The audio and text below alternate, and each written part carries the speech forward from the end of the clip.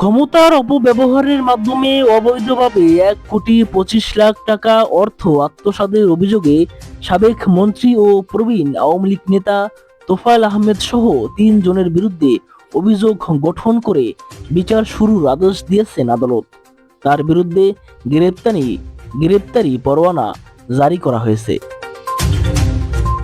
আজ বৃহস্পতিবার 7 মে দুপুরে ঢাকা বিভাগীয় স্পেশাল জজ বেগম শামীমা আফরোজ আসামিদের অব্যাহতির আবেদন মঞ্জুর করে এই আদেশ দেন। একই সঙ্গে আগামী 22 জুন সাক্ষ্য গ্রহণের তারিখ ধার্য করেন। তোফায়েল আহমেদের আইনজীবী মোহাম্মদ খায়েরউদ্দিন শিকদার এ তথ্য নিশ্চিত করেন। বিচার শুরু হওয়া অপর আসামিরা হলেন ম্যাডোনা অ্যাডভার্টাইজিং লিমিটেডের প্রধান হিসাবরক্ষক মোহাম্মদ আনারুল ইসলাম এবং ভোলার মোশাররফ হোসেন। এর মধ্যে আসামি মোশাররফ হোসেন আদালতে উপস্থিত ছিলেন। বাকি 2 জন পলাতক রয়েছেন।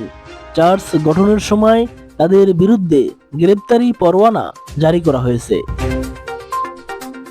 মামলার এজাহারে বলা হয়েছে 2002 সালে দুর্নীতি দমন ব্যুরোর পরিদর্শক কাজী শামসুল ইসলাম মামলাটি দায়ের করেন। এতে বলা হয়, তোফায়েল আহমেদ ক্ষমতার অপব্যবহার করে অবৈধ অর্জিত 1,25,00,000 টাকা গোপন করার উদ্দেশ্যে সহযোগিতার মাধ্যমে অর্থ হস্তান্তর ও উত্তোলন করেন। আরও বলা হয়, ম্যাডোনা অ্যাডভার্টাইজিং লিমিটেডের প্রধান হিসাবরক্ষক মোহাম্মদ আনারুল ইসলাম এবং ভোলার মোশাররফ হোসেনের সঙ্গে যোগ সাজশে সোনালী ব্যাংকের মতিঝিল কর্পোরেট শাখা থেকে বিভিন্ন সময় মোট 1,25,00,000 টাকা হস্তান্তর করা হয়। পরবর্তীতে ওই অর্থ উত্তোলন করা হয় বলে এজাহারে দাবি করা হয়েছে।